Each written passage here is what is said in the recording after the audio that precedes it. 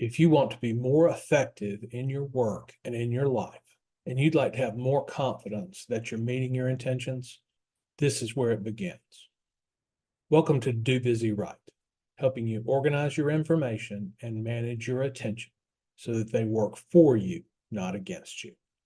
We educate you and encourage you by discussing ways to be more effective, not more exhausted. Let's do busy right.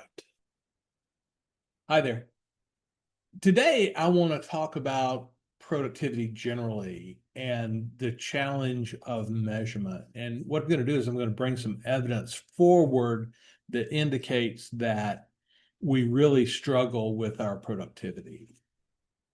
I think there's a specific challenge that we face when we look at our productivity, and it allows us to think we're doing okay, when in fact, there's probably a ton of room for us to improve and get a lot better. And so I'm going to try to help you understand that in this podcast today so that you're more motivated to look into this stuff and to see if there's some way that you need to address it and take care of it. So, as I said, productivity is hard to measure. I've talked about this a good bit before. So the measurement problems really can lead us to confusion about that. And so what we're going to talk about is it's going to be bad news. You're probably not as good as you think you are. On the other hand, it's really easy to get a good bit better. And we'll talk about the steps to do that as well.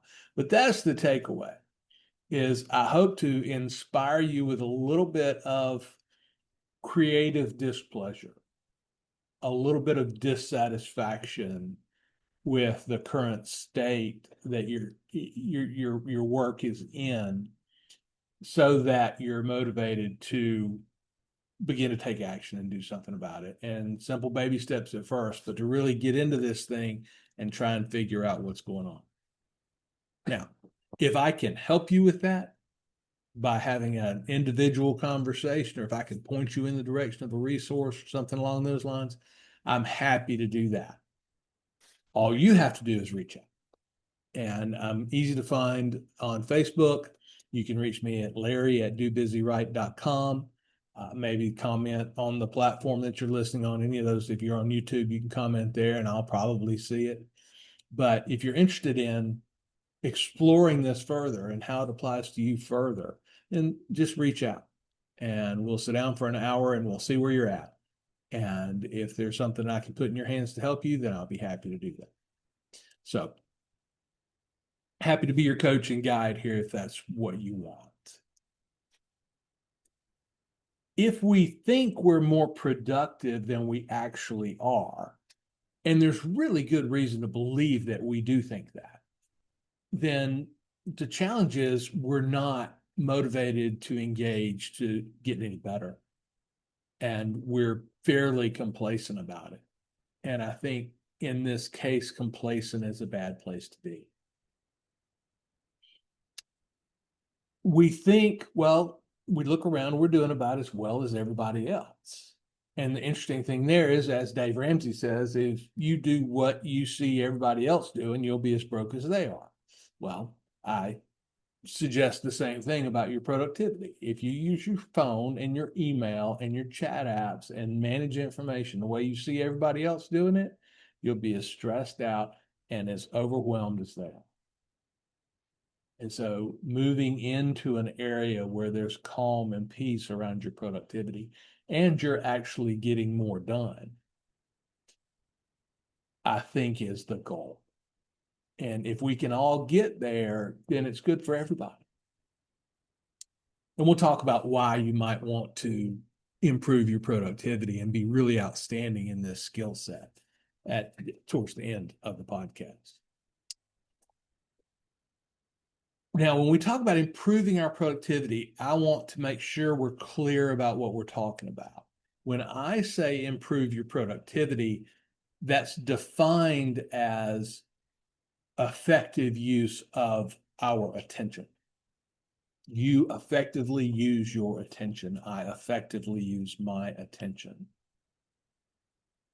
Effective is we put it where we want it to be. And it serves us, our attention serves us by helping us move in the direction of our goals. As humans, when we can apply our attention, we learn and we grow and we get better at things. Now, the primary tangible benefit is that we become able to get the results we want in the world. It doesn't happen immediately, it happens over time, but we're at least able to make progress in those directions. We're able to learn, we're able to grow, we're able to get better at the things that we want to be good at. For whatever reason, we want to be good at them. So that's what's going on with our attention. We apply our attention to learn, to create, to deliver value in the world. And those are the things that we get rewarded in all the various ways for doing. There's a class of things that people engage in, and this is human nature, the class of things that are poor metacognitive tasks or poor metacognitive skills. And what that phrase means is that we as human beings have a hard time telling how good we are at them, these poor metacognitive tasks or skills. We might be unskilled and unaware of it. And that's the title of the paper that I read that talked about this idea that human beings are not automatically good judges of how good we are at things. My argument is our productivity is a good example of a poor metacognitive task or skill. It's very difficult for us to detect whether we're good at it. So I'll give evidence of that claim and how it manifests itself in our lives. So when we're looking into this, I got some data, and the data is from Cal Newport, and so he found some reports, some research, and he interpreted it. And he interpreted it in one way, and I'm going to interpret it in a slightly different way. So the report is there are areas in the world, mostly Europe, that are really experimenting with the 4-day work week. And in some cases, they've been doing it for a little while, months, maybe a year, however long, in order to see the effect. And these studies are beginning to report that there is no loss of output, no loss of productivity. Productivity is not exactly the right word. There is no decrease in output from shrinking the work week from 5 days to 4.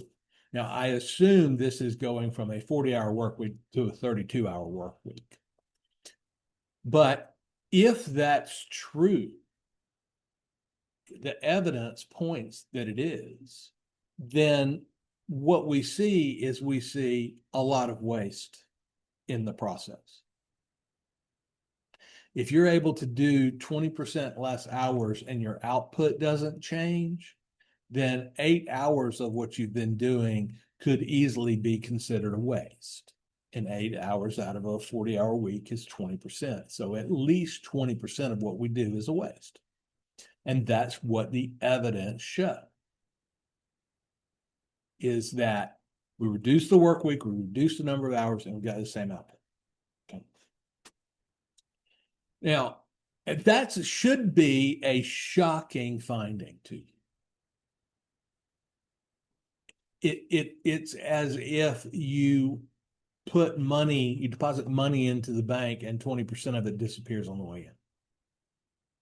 It's like, well, we'd expect that if we do less effort, then our output goes down. Well, isn't that interesting? Because it didn't, and it doesn't.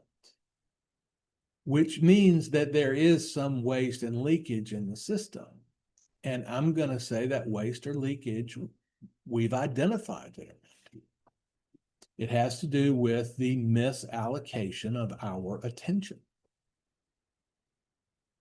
So what actually happens is if you can get the same output in 32 hours that you got in 40 hours, is your productivity actually went up, right? Because we talked about productivity as an efficiency function, and it's outputs divided by inputs. And so you're in really good shape there because your productivity actually went up.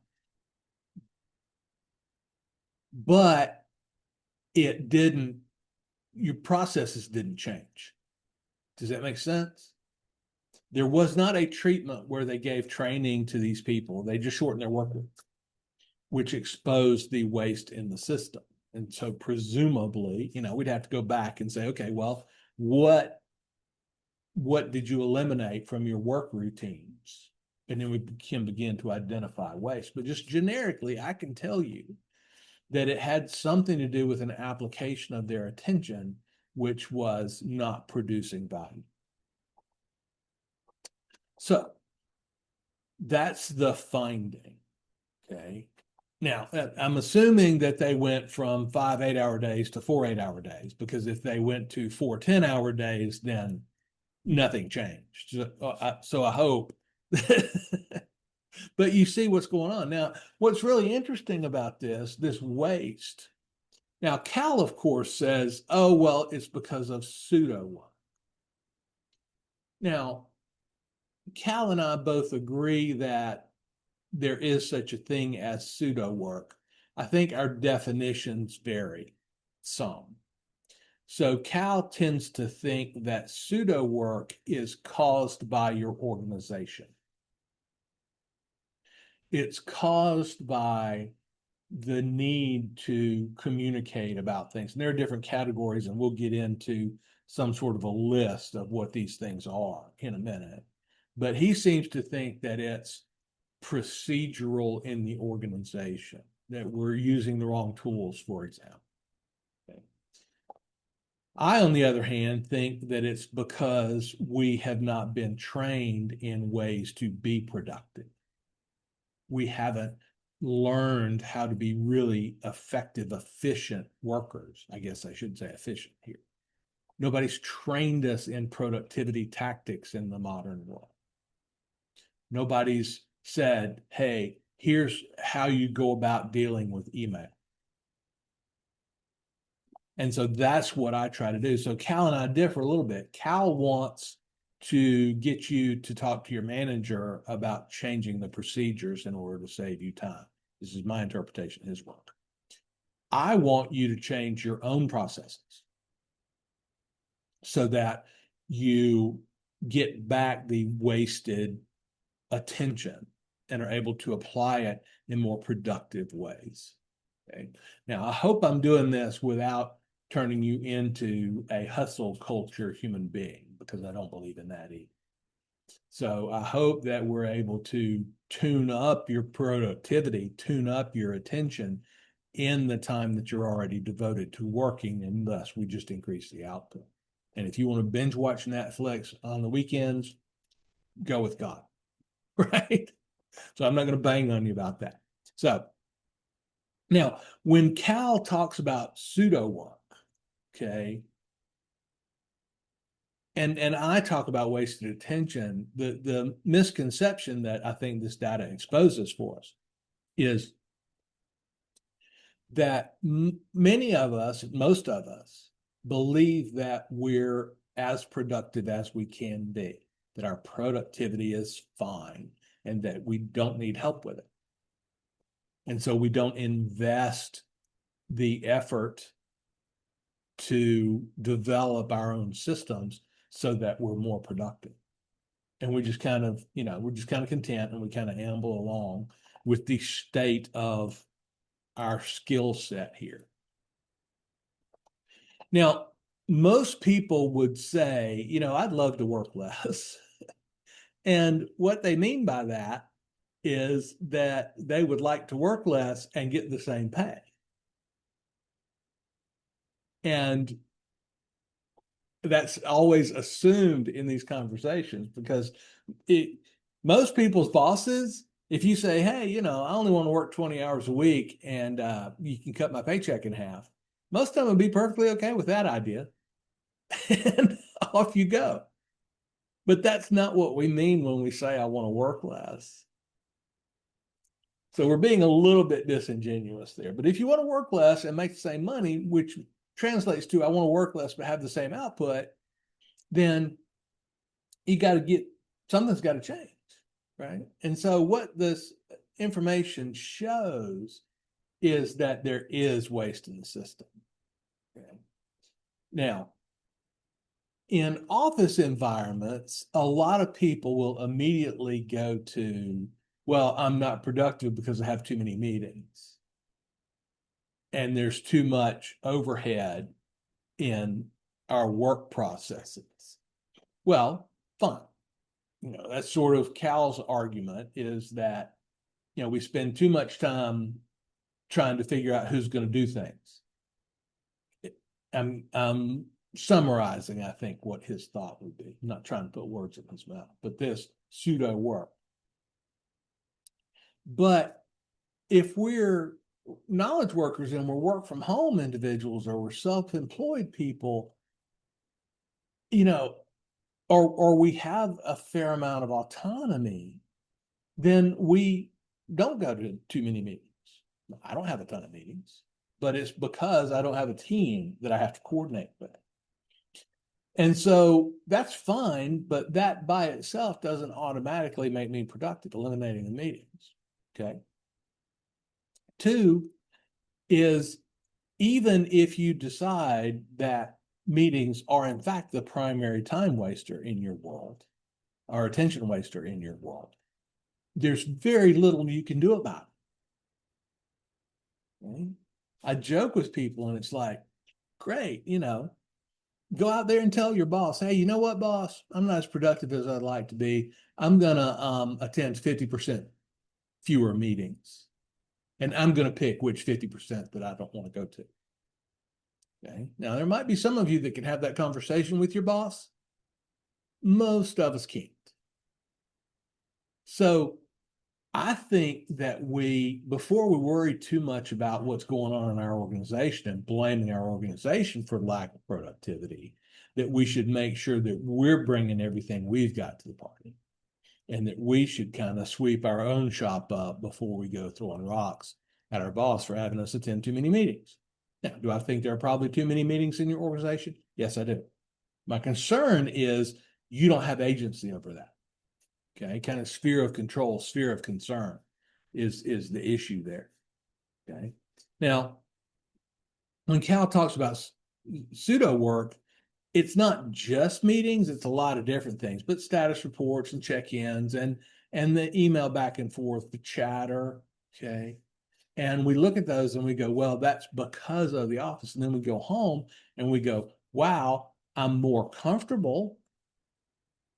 I'm able to get laundry done kind of during the day. It's convenient, but am I actually being more productive in my output? And the answer to that question is probably not. And I'll argue why I think that's true.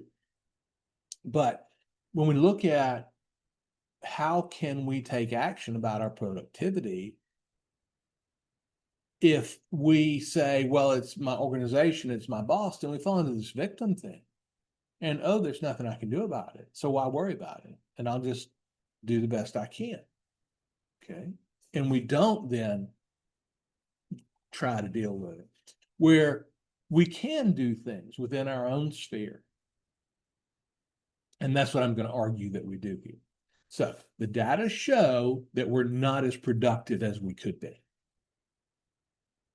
in the office setting. I argue that that extends out into our outside the office work because we work the same way that we learn to work in organizations. We don't change the way we work. Do you not use email when you're working from home? No, you still use email. You don't go to the conference room, but you still get on Zoom. And so working from home really doesn't change the basic nature of our work. So the rest then is our personal productivity. So I want us to work there, okay, and deal with wastes in our sphere of control, things that we can actually deal with effectively. So now, what are these wastes? Well, you've heard me talk about a lot of them. and I'll summarize them here in case you haven't heard me talk about a lot. The three primary generic wastes of our attention are interruption, multitasking, and distraction. And I've said this a bunch. It's not hard to find another podcast, another episode that talks about this. Interruption, often it's environmental in nature. Our environment has ways that we can control interruption, but we just don't typically bother to use them. Okay, it's simple things like closing your door to your office. If you have an office, buying a set of headphones. I talk about this a lot. So interruption is that external calls on our attention.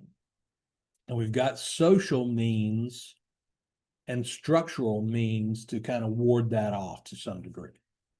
Okay.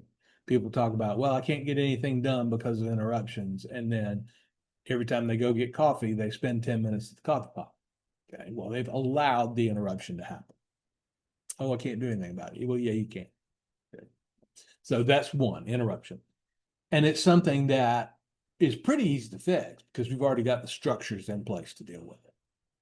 The second generic waste is multitasking. And this is when we fail to put our focus in one area and we try and do multiple things at the same time.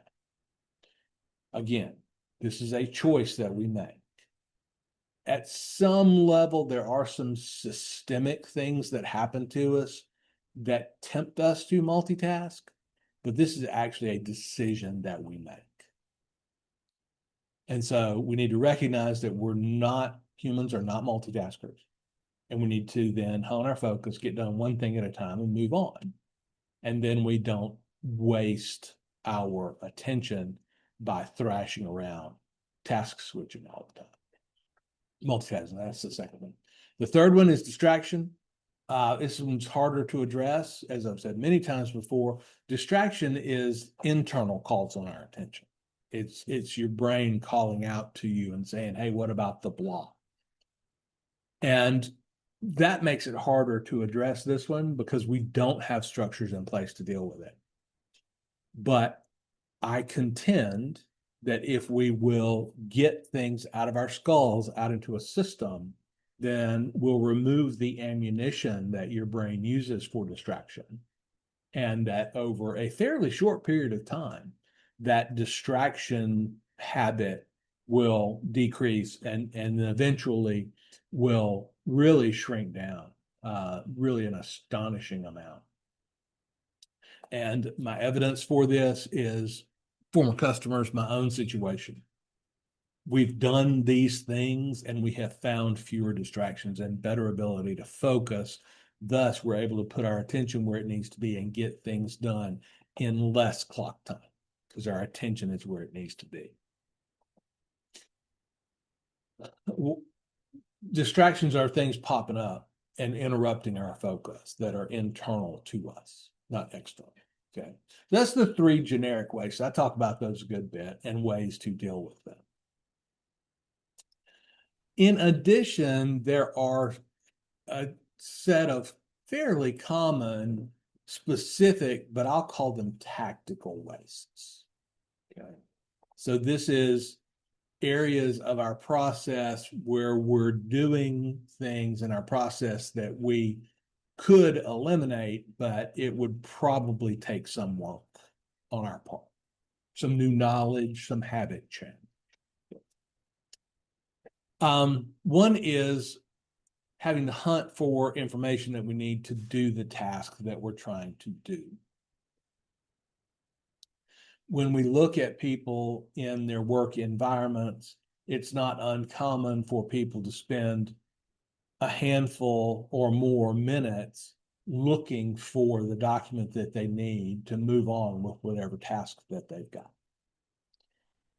So it takes 5 minutes to find the stuff that you need, to find the report that you need to build a new version of, or to find the data that supports the presentation that you're trying to draw, or find the draft version that you're supposed to edit some more in order to get ready for distribution.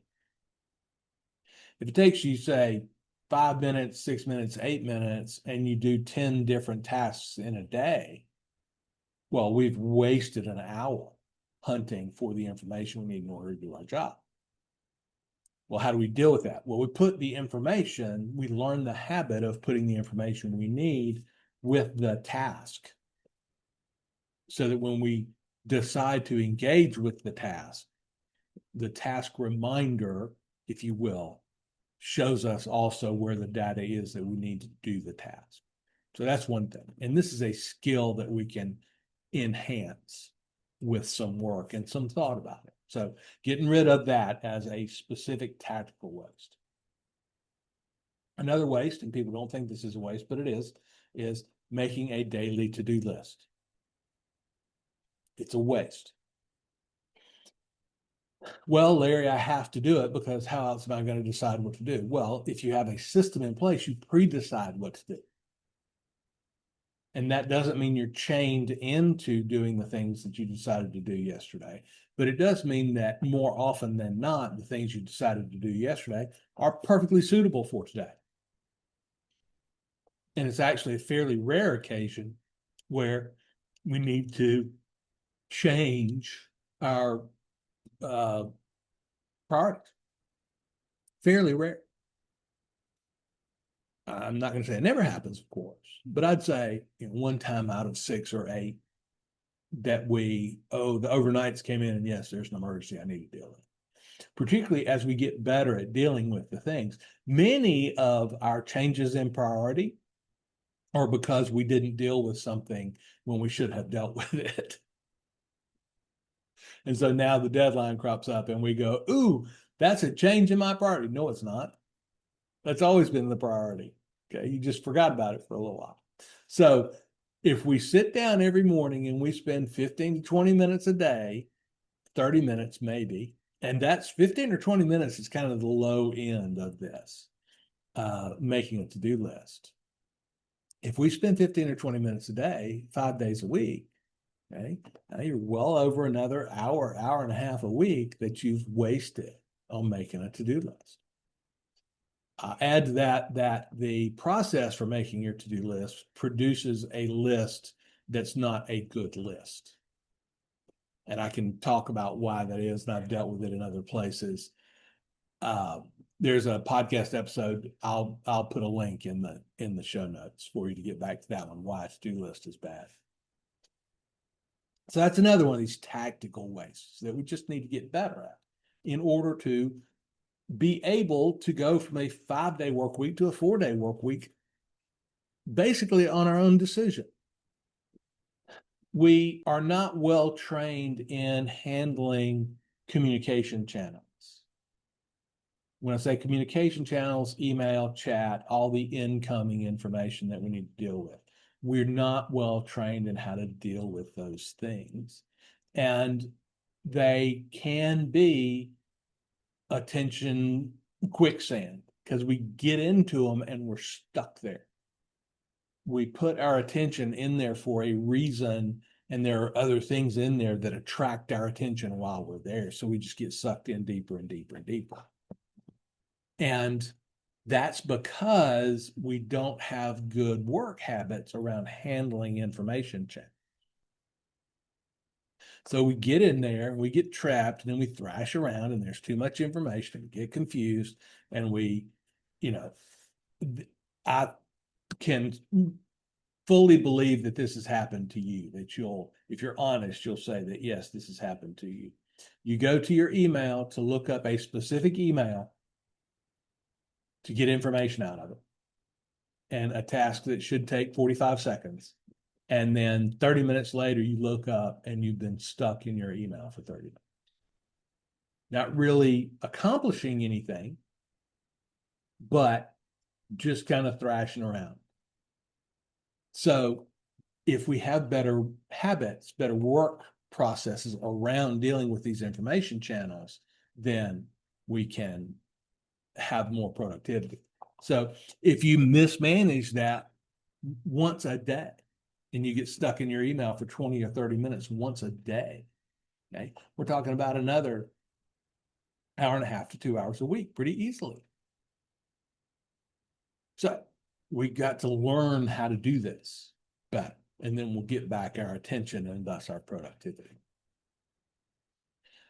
I talked about multitasking before, and I said, oh, we sometimes trip into it. We sometimes get in a position where we think we have to multitask.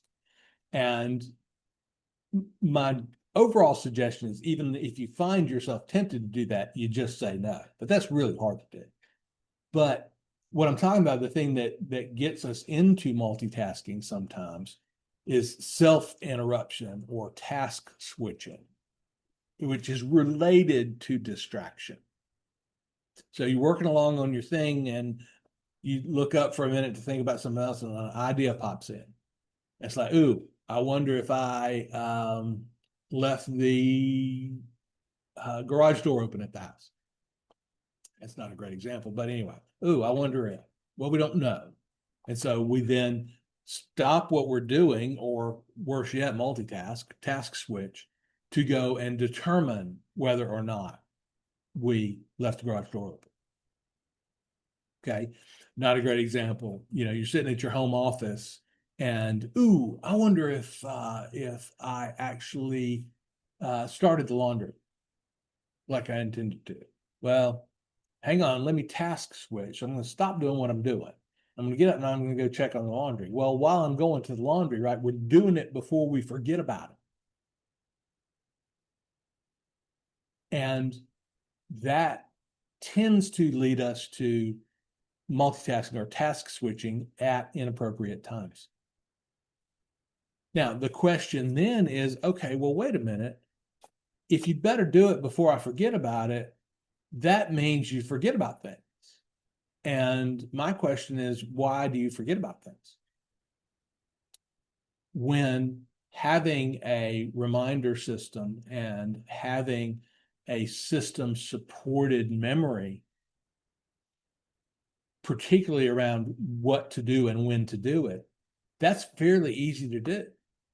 But we keep things in our heads, and then we get into this, I'd better do it before I forget about it. Right? So anytime you say, I'd better do it before I forget about it, the answer is not task switching. The answer is setting up a system so you don't forget about stuff. And that's not all that hard to do. And I'm not saying you need to go learn to be a memory champ or anything like that. You need to externalize and have systems that help you remember things at the appropriate time. And then you can relax and not engage in this kind of multitasking or task switching that happens when we say, ooh, I'd better do it before I forget about it. So my contention is that we're not very good at productivity. That's because we haven't been trained in how to do it. We've just kind of figured it out on our own, and we're, metaphorically speaking, we're holding the tennis racket the wrong way. And if we spend a little time and learn about these sorts of things and learn better systems and better habits, then we'd be more productive. My evidence is a lot of office workers around the world were in these experiments where they went from a 5-day work week to a 4-day work week, and output apparently didn't change, which should be something that makes us very curious. It should be almost alarming, because that means that we're wasting that much of our attention and time. I contend that that's the nature of the work that we do and how we're trained to do the work. And that working for yourself or working from home really doesn't change that. And thus that's a positive message, because now it's in our own sphere of control to be able to get back the waste of productivity. Okay? There are productivity wastes that are outside your sphere of control, like how many meetings your boss wants you to attend.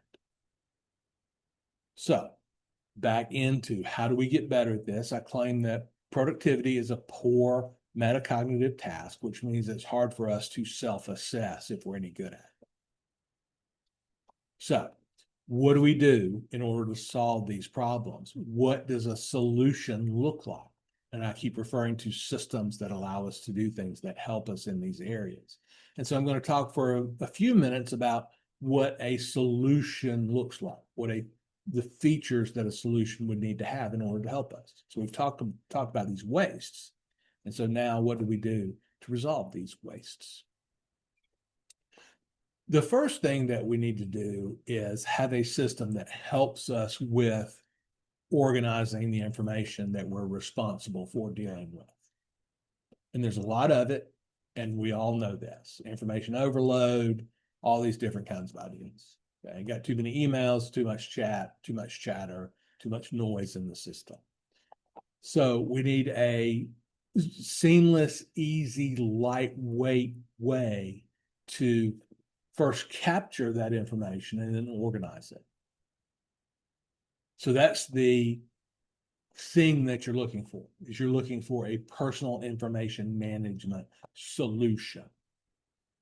Okay. And I say information management because the tasks that you need to do are just a specific kind of information as compared to reference information. So actionable information versus reference information or non-actionable information.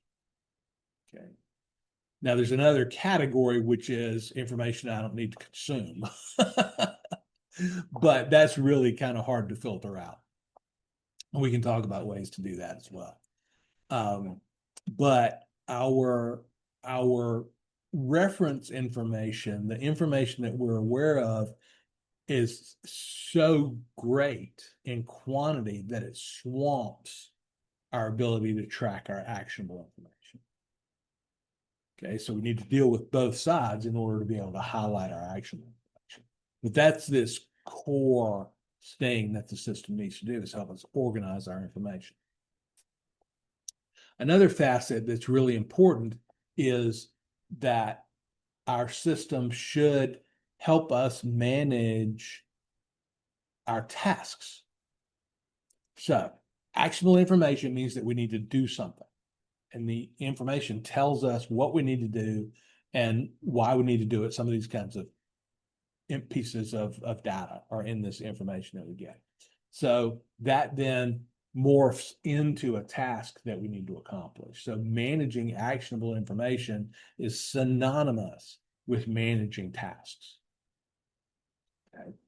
So good task management provides a consistently groomed, that means clean and pretty, well, not pretty, but there's no junk in there, a consistently groomed and prioritized task list.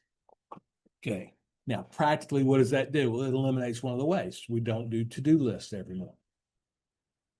But beyond that, it also allows us to deal effectively with changing priorities so that we can react and respond to the world as it changes, and we can change our priorities to make that happen. There's a specific way to manage tasks, and it really has very little to do with your calendar, surprisingly enough, that allows this flexibility without a lot of overhead that can come with flexibility. So that's the second thing, is a system needs to provide good task management. A third thing is a system needs to train us in how to manage communication channels, how to manage information channels. Now, there's two sides to this. There's the incoming information side of most channels, and there's the outgoing information side of most channels. Most people are better at the outgoing information side than they are at the incoming information side, although you may be communicating too much outwardly as well. But a system will help you understand solid workflows around managing those communication or information channels and dealing with them effectively so that you don't get stuck in them, so that you're not in there thrashing around going, well, I don't really know what to do with this data, so I'll just leave it here. Oh, I don't know what to do with this email, so I'll leave it in the channel.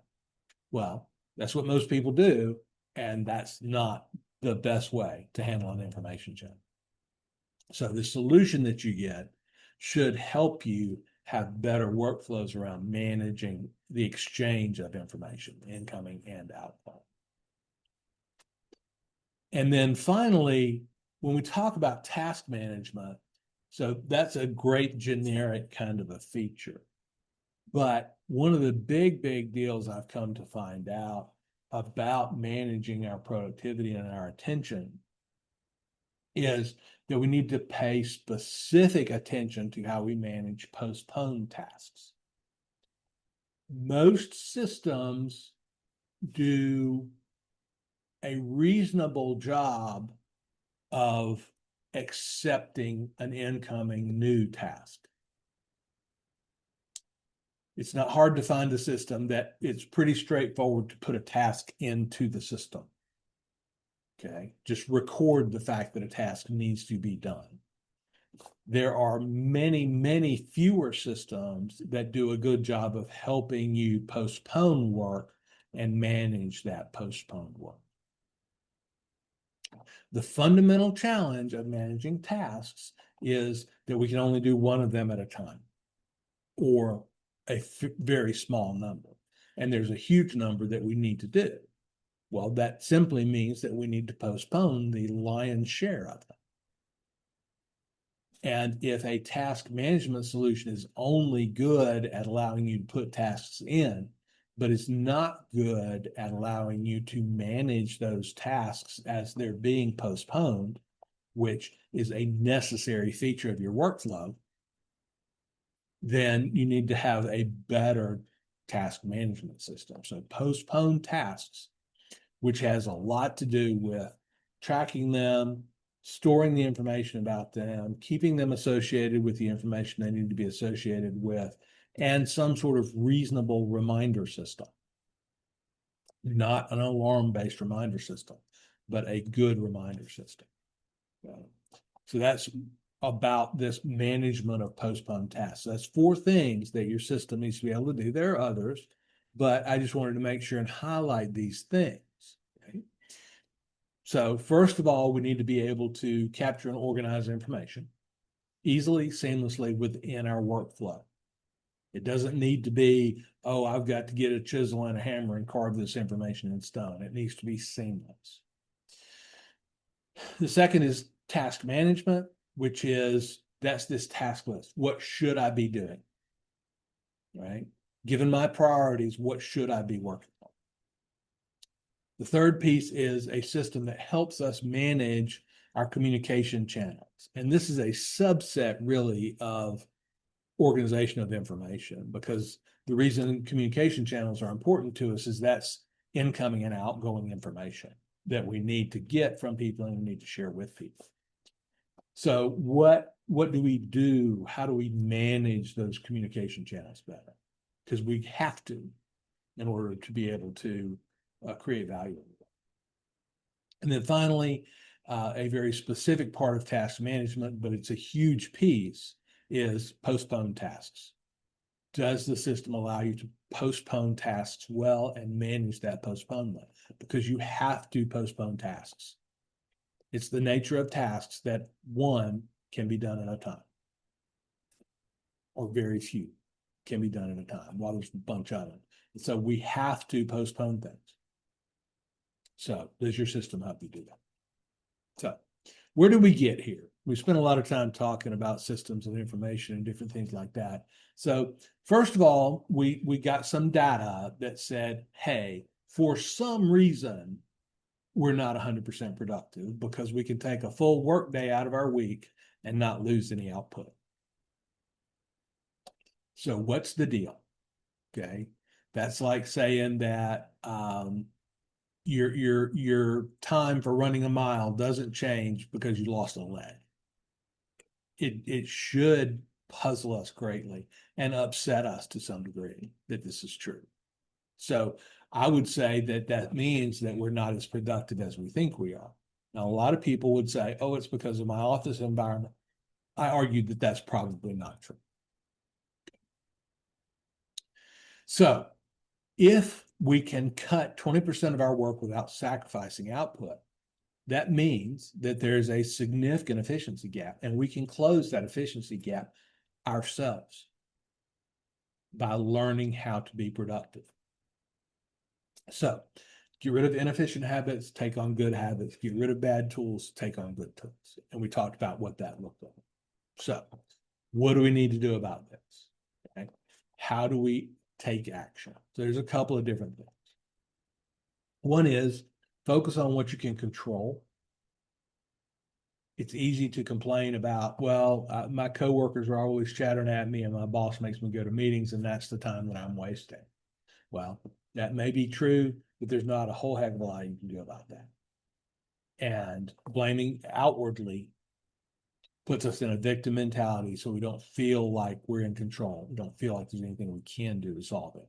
And I'm saying there are things you can do to make the situation a lot better. Okay. And it has to do with deciding to eliminate these wastes. Well, you can't, deciding is good, but you've also got to have tactics that help you, tools and tactics and mindsets that help you eliminate that waste. As a result, you either work fewer hours for the same output, or you maintain current hours, but significantly increase your output and effectiveness in the work. It makes you a lot more valuable. So the increase in productivity that we're talking about does not mean you're working harder. You're working the same. You're just being more effective and more efficient with your attention. You're not wasting it. So you're able to put it where it needs to be. This increased effectiveness gets us what we want in the world. You can learn better. You can get promotions at work. You can go back to school. You can spend more time with your family and improve your outside of work relationships. You can do anything you want with this extra attention that's currently being wasted. Okay. And so I want to put that back in your hands. And we talked about some ways. We talked about the 3 generic ways: interruption, multitasking, and distraction. And then we talked about 4 specific tactical kinds of wastes. And so then we said, okay, we'll get a system that has these properties that'll help you fix these issues. And we talked about what that is. So I hope this is encouraging. I hope it's helpful. Certainly the things that I told you about, the features of the system are features that the attention compass system has already built in. So, if you want to get out there and try and work on your own productivity, then go get it. I've given you some breadcrumbs on how to do that. Okay. If you're the kind of person that doesn't want to waste a whole bunch of time trying to figure it out yourself, then I can show you what's going on here and would love to have the opportunity to talk with you about that. So, again, a message of optimism. There is something we can do about the fact that we're not as productive as we want to be, and the benefits are huge. So I hope that I've helped you maybe become a little bit more aware of not only the fact that you probably are not as productive as you could be, but also that there are tremendous benefits of doing so. So I hope that I've been able to do that. And if you can get these tools and these things in place, that's when we're doing busy right. So I'll leave it there for now. This is Larry Tribble, Ph.D. Thanks for taking some time to improve your task and information management on the Do Busy Right podcast. The show is dedicated to helping you think about how to get better at working. And we do this by improving your attention and your focus. I believe that your work is not just about your job, but about all the tasks that you do to turn yourself, your environment, and your relationships into what you want them to be. What we're really talking about here is the underpinnings of becoming who you want to be. The primary way I help people is through coaching the attention compass process. Attention compass is 4 workflows and a tool set that support our information, task, and attention management. I help people with big goals to build habits that put them in a position to achieve. We do this by eliminating wasted time and wasted attention. If you'd like to know more, you can find me on LinkedIn or go to dobusyright.com for more information. Have a good week, more effective and less exhausted. Do Busy Right.